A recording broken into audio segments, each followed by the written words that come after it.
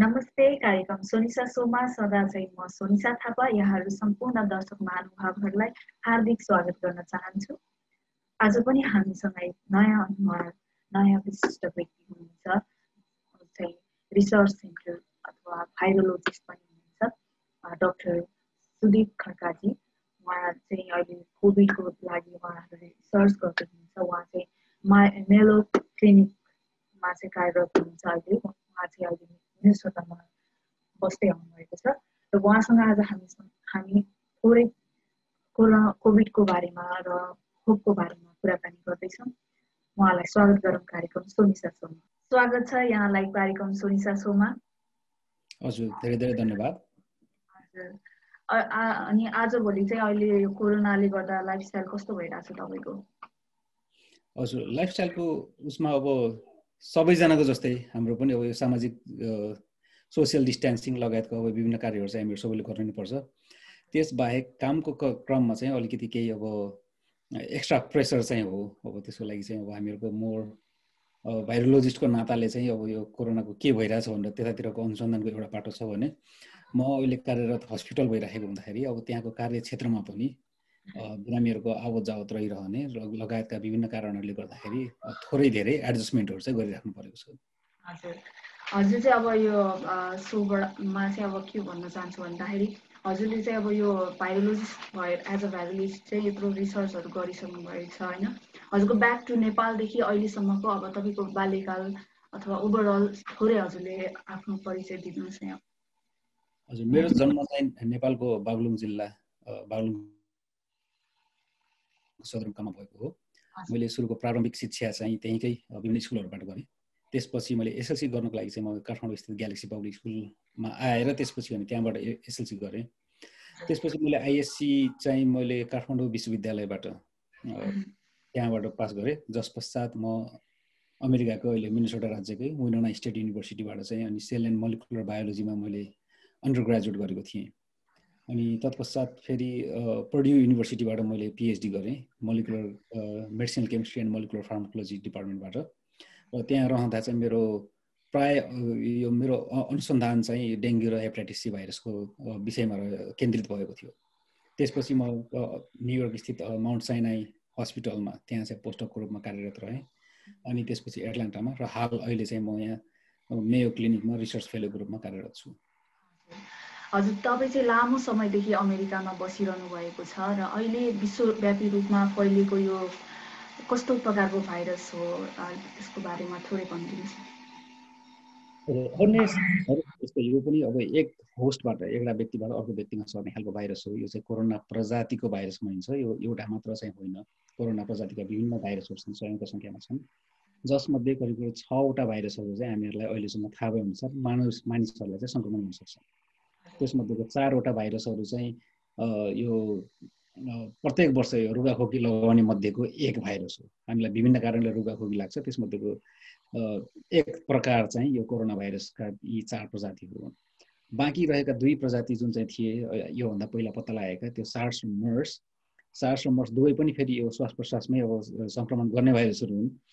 तर ती भाइरसहरूले पनि एउटा ठुलो महामारीको रूप लिन्छन् कि भन्ने ठुलो त्रास फैलाएर आजभन्दा करिब 20 वर्ष अगाडि सार्स र आजभन्दा करिब 10 वर्ष अगाडि चाहिँ मर्स देखा परेका थिए। तर तिनलाई चाहिँ हामीहरूले कन्ट्रोल गर्न सफल भयौँ र त्यसको यत्रो ठुलो महामारी लिन सकेन। तर जब कि अब अहिलेको जुन कोरोना भाइरसको बारेमा हामी कुरा गर्छौँ, यसलाई चाहिँ यो पहिला देखिएको सार्सको निकै नजिकको भाइरस हो। त्यसले गर्दाखेरि यसलाई SARS-2 पनि भन्ने गरिन्छ।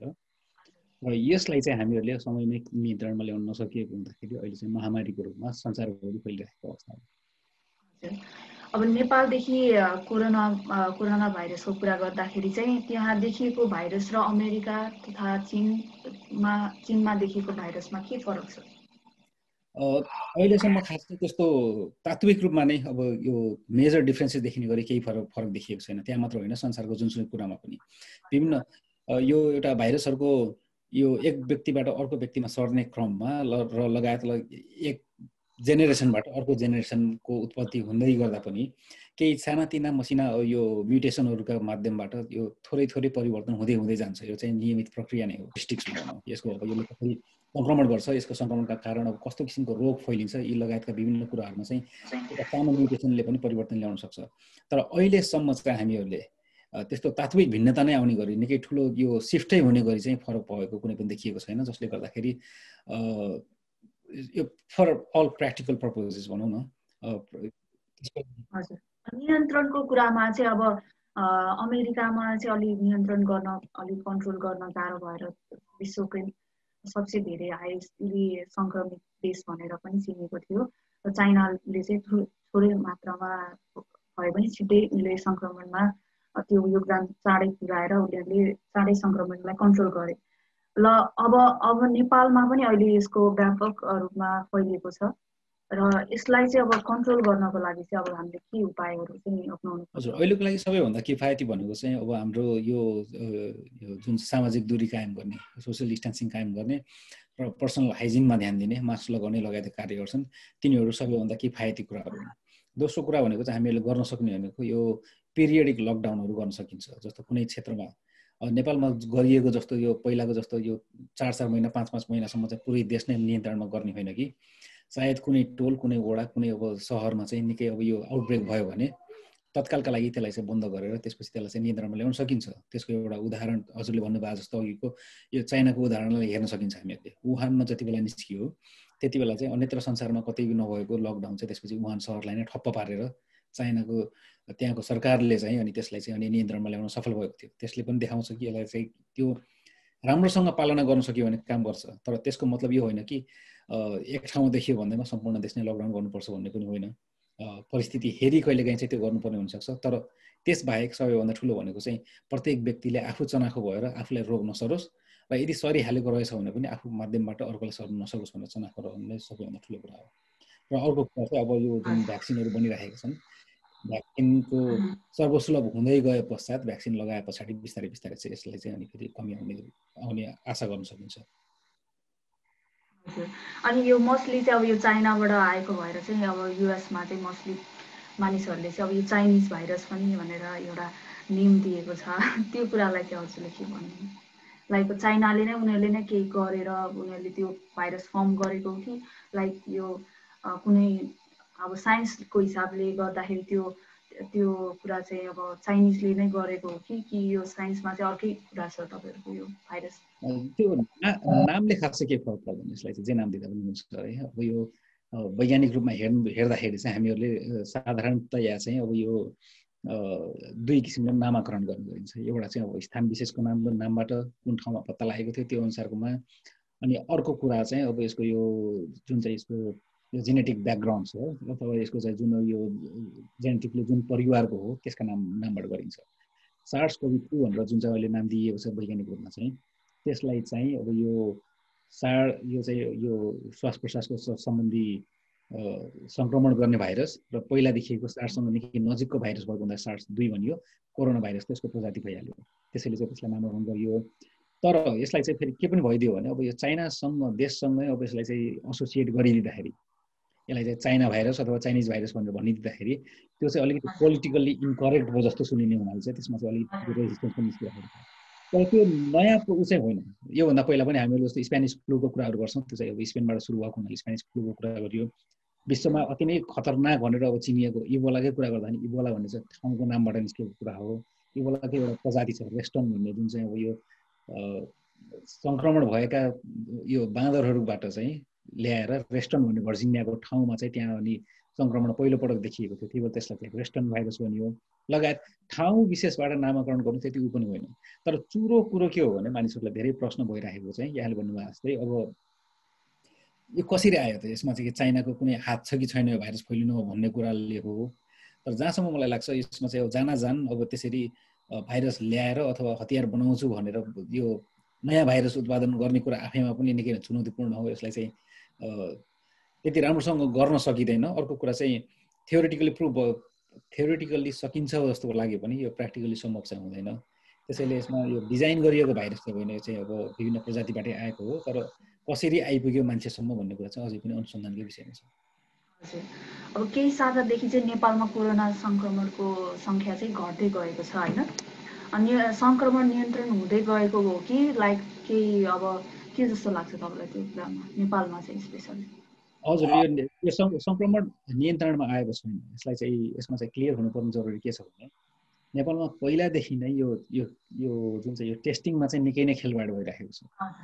सरकारी प्रयास चाहिँ के भइरहेको छ भने सकेसम्म चाहिँ सङ्क्रमितहरू देखिँदै नदेखिउँ, हामीले थाहै नपाइदिएको हुन्थ्यो। यो चाहिँ यो के भने यो बालुवामा टाउको काटेर बस्ने जस्तो मानसिकता चाहिँ अब यो नेपालको सरकारी रवैया देखिरहेको छ।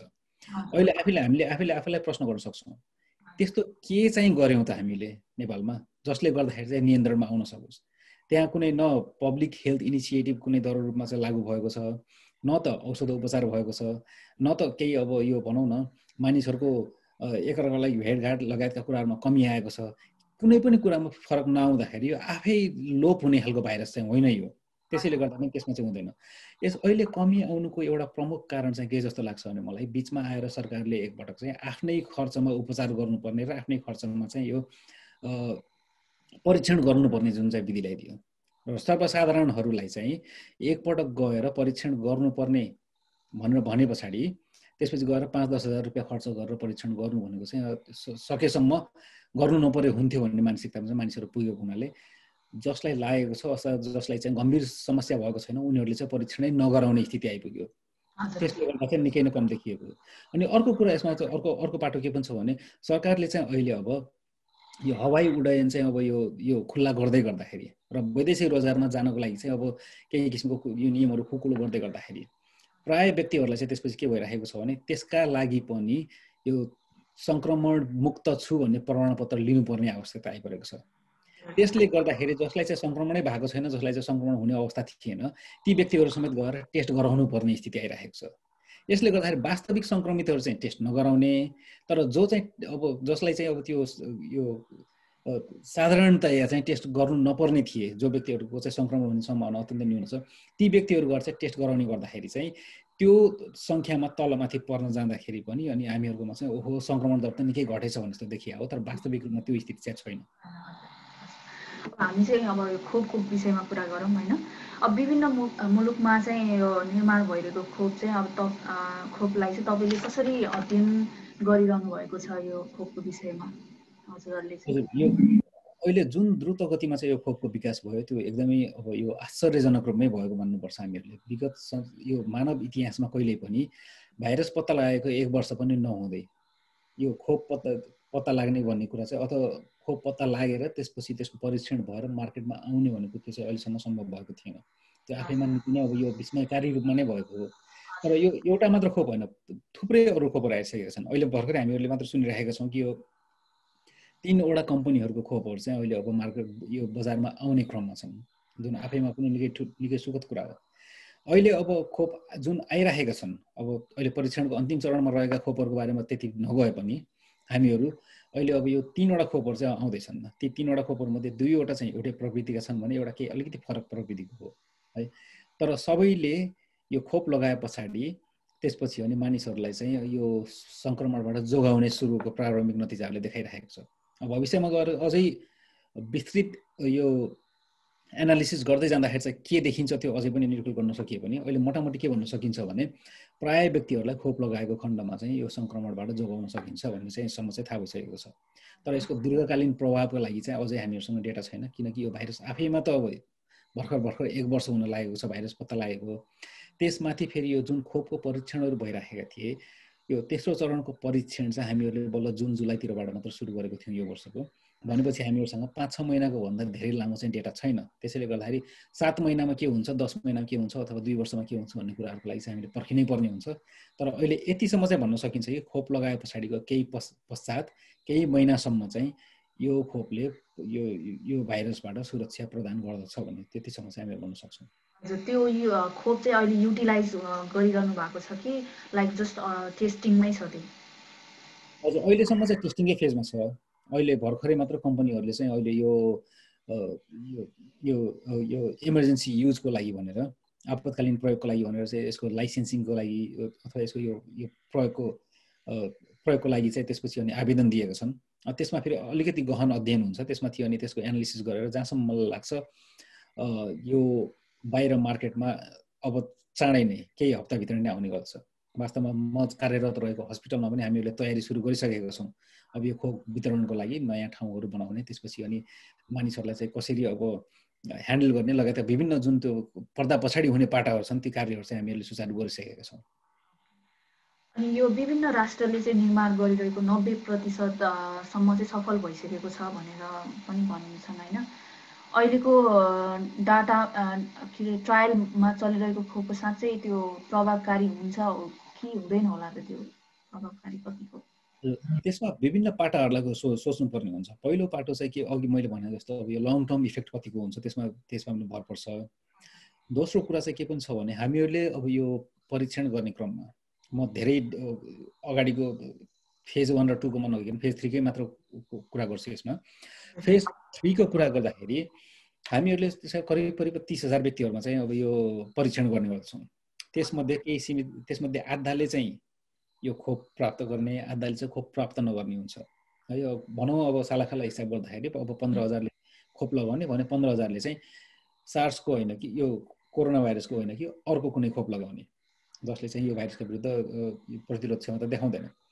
त्यसपछि अनि हामीहरू कुर्ने गर्छौँ कि मानिसहरूलाई चाहिँ त्यसपछि अनि सङ्क्रमण देखिँदै जान्छ। अनि कालान्तरमा चाहिँ त्यसपछि सङ्क्रमण भएका व्यक्तिहरूमध्ये कतिजना चाहिँ खोप लगाएकालाई भयो, कतिजना चाहिँ खोप यो सार्सको होइन कि अर्को खोप लगाएका व्यक्तिहरूलाई सङ्क्रमण भयो भनेर तुलना गर्ने गरिन्छ। र यदि सार्सको खोप लगाएका व्यक्तिहरूलाई चाहिँ सङ्क्रमण कम देखियो भने चाहिँ यो खोपले काम गर्दो रहेछ भन्ने कुराहरू हामीले थाहा पाउँछौँ। अहिलेको नतिजा अनुसार चाहिँ हामीहरूले पूर्ण डेटा चाहिँ हामीहरूसँग आइसकेको छैन। हामीहरूसँग चाहिँ करिब चाहिनेको आधा जति मात्र चाहिँ डेटाहरू आइसकेको छ। त्यसकै आधारमा चाहिँ अहिले 90%सम्म चाहिँ यसको चाहिँ किफायतीपन छ भनेर भनिएको हो। भोलि गएर त्यसमा थपगढ हुनसक्छ फेरि है। तर त्यसबाहेक अरू विभिन्न पाटाहरू पनि हुन्छन्। जस्तो अब हामीहरूले यो परीक्षणको दौरानमा चाहिँ प्रायः जसो भोलिन्टियरहरूलाई लिँदाखेरि हामीहरूले सकेसम्म अब हेल्दी मान्छेहरूलाई लिइराख्ने गरिन्छ है। हेल्दीहरू अनि यङ एजको मान्छेहरूलाई लिने गरिन्छ। तर सार्सको यो जुन कोरोना भाइरसको यो सङ्क्रमणको हामीहरूले यसको सङ्क्रमण र यसको असरलाई केलाई हेऱ्यौँ भने हामीले के पाइराखेका छौँ भने सबैभन्दा गम्भीर जोखिममा चाहिँ रहेका व्यक्तिहरू भनेको वृद्धहरू र पूर्ववत केही रोगले समस्या भएका गाँजेका व्यक्तिहरू हुन्छन्। तर त्यस्ता व्यक्तिहरूमा चाहिँ हामीहरूले अझै पनि टेस्टहरू गरिसकेका छैनौँ यो खोपहरू। अब ती व्यक्तिहरूमा यो खोप लगाउन हुन्छ कि हुँदैन, त्यसपछि लगाएको खण्डमा पनि काम गर्छ कि गर्दैन, यी सबै कुराहरू चाहिँ जान्नको लागि अझै धेरै टेस्टहरू गर्नु बाँकी नै रहन्छ। तर हामीले अहिले चाहिँ के भन्न सक्छौँ भने एटलिस्ट यो जो नर्मल अब यो स्वस्थ व्यक्तिहरूमा यो खोप लगाउँदा चाहिँ यसले प्रोटेक्सन प्रदान गर्छ। तर त्यो पनि निकै ठुलो कुरा हो, किनकि यदि खोप लगाएर यो खोपले यसले प्रतिरोध क्षमता दियो भने ती जो चाहिँ अब जसलाई कम जोखिममा रहेको उमेर समूहका व्यक्तिहरू हुन् ती व्यक्तिहरूका माध्यमबाट अर्को व्यक्तिलाई सर्ने सम्भावना त्यसपछि रहँदैन, अथवा निकै कम रहन्छ। त्यसको मतलब हामीहरूले साह्रै जोखिममा भएका व्यक्तिहरूलाई लगाउन नसके पनि कम जोखिममा भएका व्यक्तिलाई खोप लगाउँदा पनि हामीहरूले चाहिँ उनीहरूलाई जोगाउन सक्छौँ, किनकि हामीले चाहिँ त्यो रुट अफ ट्रान्समिसनमा चाहिँ ब्लक ल्याइदिन सक्छौँ हामीहरूले। अनि मानिसहरूले चाहिँ कोरोना विरुद्ध खोप कहिलेसम्म चाहिँ पाउँछ होला भनेर अब यो फेरि एउटा रिपिटेड क्वेसन्स भयो हजुरलाई। हजुर, यो फेरि अब ठाउँ विशेष लिएर अनि त्यसपछि भने त्यहाँको अब विभिन्न कुराहरूले यसलाई चाहिँ निर्धारण गर्ने कुरा हो। यसमा चाहिँ कुनै ठोस यो डेटबाट भन्ने चाहिँ हुँदैन। अब अमेरिकाको खण्डमा जे हुन्छ त्यो चाहिँ नेपालको खण्डमा लागू हुँदैन। अमेरिकाको खण्डमा चाहिँ हामीहरूले अब हाम्रै अब तयारी अनुसार चाहिँ हामीहरूले के सोचिरहेका छौँ भने करिब यो डिसेम्बरको अन्तिमसम्ममा चाहिँ केही सीमित सङ्ख्यामा चाहिँ खोपहरू चाहिँ त्यसपछि वितरण हुन थाल्छ। र पहिलो चरणमा चाहिँ स्वास्थ्य महँगो होला कि अब कस्तो होला त्यो अब यो देश पहिलो त अब यो अमेरिकाबाटै स्टार्ट हुन्छ होला सायद। अब त्यो नेपाल जस्तो ठाउँमा चाहिँ मान्छेहरूले अफोर्ड गर्न सक्छन् कि सक्दैनन् होला त्यो कुरा? हजुर, यसमा पनि विभिन्न पाटाहरू छन्। जस्तो पहिलो कुरा चाहिँ के छ भने अब यो अमेरिका जस्तो देशहरूमा प्रायः सबै यो खर्च चाहिँ अब कि त अब इन्सुरेन्सबाट कि त अब व्यक्तिले आफैले हाल्नुपर्ने किसिमले चाहिँ जाने गर्दछ। त्यसैले गर्दा यहाँ चाहिँ अब मलाई डिटेल चाहिँ थाहा भएन, अब यो कम्पनीहरूले अझै पनि अब निर्क्युल गरिसकेको अवस्था छैन। तर करिब $35 देखि $50 हाराहारीमा चाहिँ पर्न आउने भन्ने किसिमको कुरा चाहिँ छ, जुन चाहिँ यहाँको इन्कम लेभल अनुसार त्यति साह्रो महँगो पनि होइन र जुन चाहिँ सर्वसाधारणले अफोर्ड गर्न सक्ने नै स्थिति हो। तर त्यही पैसालाई हामीहरूले चाहिँ नेपालको खण्डमा फेरि त्यसलाई चाहिँ परिवर्तन गर्न खोज्यो भने त्यो चाहिँ निकै महँगो हुन जान्छ। अनि त्यसको लागि चाहिँ विभिन्न यो कम्पनीहरू र विभिन्न सङ्घ संस्थाहरू लगायतका थुप्रै एउटा यो एउटा समूहले चाहिँ त्यसपछि यो भ्याक्सिनहरू चाहिँ भोलिको दिनमा बनेको खण्डमा त्यसलाई चाहिँ सर्वसुलभ रूपमा वितरण गर्नको लागि विशेष गरी निम्न आय भएका देशहरूमा वितरण गर्नको लागि चाहिँ एउटा अलायन्स जस्तो बनिरहेको छ। त्यसका मार्फत पनि अब खोप उपलब्ध गराउने भन्ने कुराहरू छ। तर सुरुवाती चरणमा सबैभन्दा पहिला त्यो अलायन्सलाई यो खोप चाहिँ प्राप्त हुँदैन, किनकि यसका विभिन्न अब आर्थिक सामाजिक पाटोहरूले गर्दाखेरि जुन देशमा बन्यो अथवा जुन सरकारले चाहिँ पहिले नै त्यहाँ त्यसको लागि चाहिँ लगानी गरेको छ उसले नै अब पाउने स्थिति रहन्छ। र त्यो हिसाबले हेर्नु पर्दाखेरि नेपालमा चाहिँ प्राइसको रूपमा चाहिँ कम पर्न जाला, तर उपलब्धता चाहिँ उही समयमा हुँदैन। र अर्को कुरा के पनि छ भने निजी क्षेत्रले ल्याएर पनि वितरण गर्न सक्छ कि भन्ने कुराहरू पनि थियो। तर हिजो अस्ति मात्रै यो स्वास्थ्य सचिव लगायतका विभिन्न व्यक्तिहरू जसले चाहिँ अहिले अब यो भ्याक्सिन आए पछाडि के गर्ने भन्ने किसिमको एउटा कार्यदल बनेको छ क्यारे। एकजना उहाँको चाहिँ इन्टरभ्यू मैले हेर्दाखेरि उहाँले के भन्नुभएको थियो भने अहिले नै हामीहरूले चाहिँ यो निजी क्षेत्रलाई चाहिँ ल्याउन दिँदैनौँ, हामीहरू चाहिँ यो पूर्ण प्रक्रियामा जान समय लाग्छ, यो चाहिँ सबै सरकारले नै गर्छ भन्ने किसिमको अहिलेको चाहिँ त्यहाँको तयारी चाहिँ त्यो किसिमको देखिएको छ। त्यो हिसाबले हेर्दाखेरि चाहिँ अब त्यसमा ब्युरोक्रेटिक ह्यासलहरू फेरि अलिकति केही धेरै रहन सक्छ। हजुर। अनि अब यो नेपालमा चाहिँ अब कोरोना भाइरसको यो सङ्क्रमण नै बढी नै रहेछ, सबै अब विश्वभरि नै बढी नै रहेछ। अब नेपालको राजनीतिक हिसाबले चाहिँ अब नेपालको के अरे जुन सरकारले चाहिँ अब यो आम जनताहरूलाई चाहिँ के गर्दा चाहिँ अब मानिसहरूले को चाहिँ मृत्युदर घट्न सक्छ होला, तपाईँलाई के लाग्छ? हजुर, पहिलो कुरो चाहिँ अब यो त्यहाँ विभिन्न कुराहरू छन्। यो चाहिँ निकै नै अब यो एउटा मात्र यो एउटा गोलीले मर्ने चरा होइन कि, यो चाहिँ यो त विभिन्न किसिमका त्यहाँ चाहिँ फरक फरक पाटाहरू छन् जसलाई चाहिँ अब हामीले सम्बोधन गर्नुपर्ने हुन्छ। पहिलो कुरा चाहिँ मृत्युदर घटाउनको लागि चाहिँ सबैभन्दा किफायती प्रक्रिया भनेको चाहिँ सङ्क्रमण हुनु नै नदिनु हो है। अब हुन नै नदिनु चाहिँ कसरी गर्न सकिन्छ भने एक त अब यो चाहिँ नागरिकले तहबाट पनि आफूले आफ्नो कर्तव्य पुरा गर्नु पर्यो। आफ्नो कर्तव्य भन्नाले सामाजिक दूरी कायम गर्ने लगायतका आफूबाट नसरोस् भनेर जुन किसिमको त्यो चाहिँ अब सावधानी अप्नाउनु पर्ने हो, त्यसमा चाहिँ मानिसहरू अनेस्टली लाग्नु पर्यो, एकदमै आफूले चाहिँ कर्तव्य बोध चाहिँ त्यसमा हुनु पर्यो। दोस्रो कुरो चाहिँ सरकारका तर्फबाट पनि यो हचुवाको भरमा सधैँभरि एक कदम पछाडि परेर त्यसपछि अनि हचुवाको भरमा निर्णयहरू हुने कार्य चाहिँ बन्द गर्नुपर्छ। उदाहरणको लागि अब हामीहरूले यो निकै लामो समयसम्म चाहिँ अब यो सुरुमा चाहिँ अब यो लकडाउन गर्यो। सुरुवाती चरणमा लकडाउन गर्न आवश्यक थियो, त्यसमा चाहिँ कुनै पनि दुईमत छैन। पछि गएर खेलाएर हेर्दाखेरि ओहो नगरे भए पनि हुने रहेछ भन्ने किसिमको त देखिएला। तर सुरुवाती चरणमा जब थाहा थिएन कहाँ कहाँसम्म फैलिसकेको छ, के छ कस्तो छ भन्ने कुराहरू, त्यो सुरुको 1-2 हप्तामा चाहिँ लकडाउन गर्नु जायज थियो। तर त्यस पछाडिको त्यो 3-4 महिनाको समय चाहिँ लकडाउन गर्नु जायज थिएन, फेरि त्यसमा पनि चुकियो।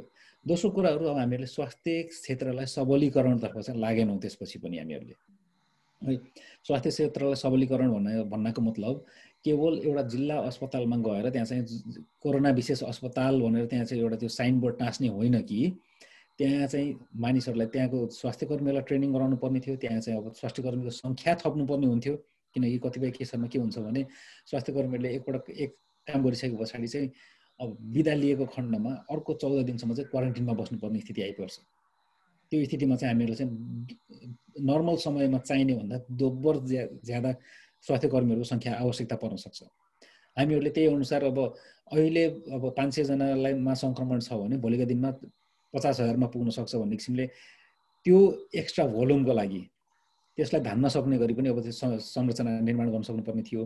र लगायतका त्यसपछि अब अहिलेकै कुरा गर्ने भने अहिले चाहिँ अब हामीहरू के गर्न सकिन्छ भनेर भन्यो भने जस्तो खोप आउँछ भन्ने कुरामा छ, सरकारले केही एउटा कार्यदल बनाएको जस्तो पनि देखिन्छ।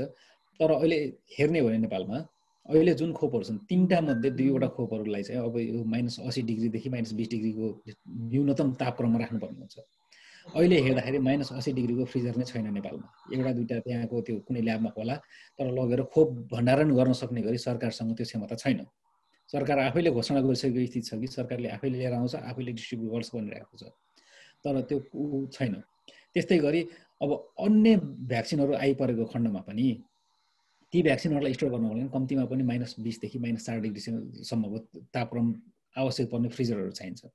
एक स्थानबाट अर्को स्थानमा स्थानान्तरण गर्नको लागि चाहिँ त्यसको लागि चाहिँ अब त्यो साधारण अब यो आइस बक्सहरूको समेत अब अभाव हुनेवाला देखिन्छ। भोलिको दिनमा गएर यदि कसैले यो भ्याक्सिन अलायन्सले नै लगेर ल ठिक छ ल एक ट्रक भ्याक्सिन ल है नेपालको लागि भनेर ल्याइदिएको खण्डमा त्यसपछि त्यो भ्याक्सिनलाई के गर्ने भन्ने किसिमको पनि हामीहरूसँग चाहिँ त्यो तयारीहरू छैन, जसको लागि चाहिँ हामीसँग पूर्ण यथेष्ट टाइम थियो।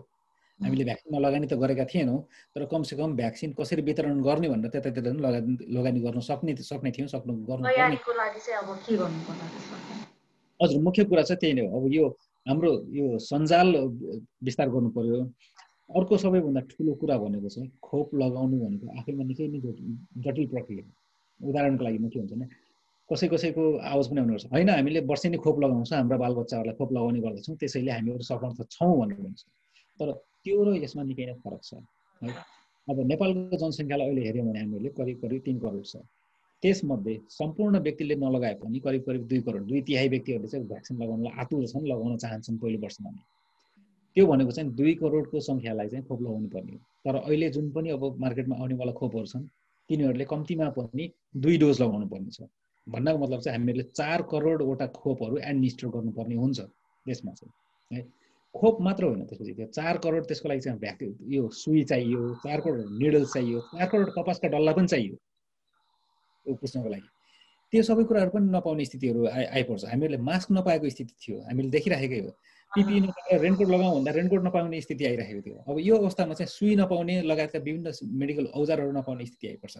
अनि अर्को कुरा चाहिँ हामीहरूसँग जुन चाहिँ यो खोप लगाउने जुन यो एक्सपिरियन्स छ त्यो र अब आउने एक्सपिरियन्समा चाहिँ निकै फरक पर्नुवाला छ। अहिलेसम्म चाहिँ हामीले 5 वर्षभन्दा कम उमेरका बच्चाबच्चीहरूलाई लगाएका थियौँ।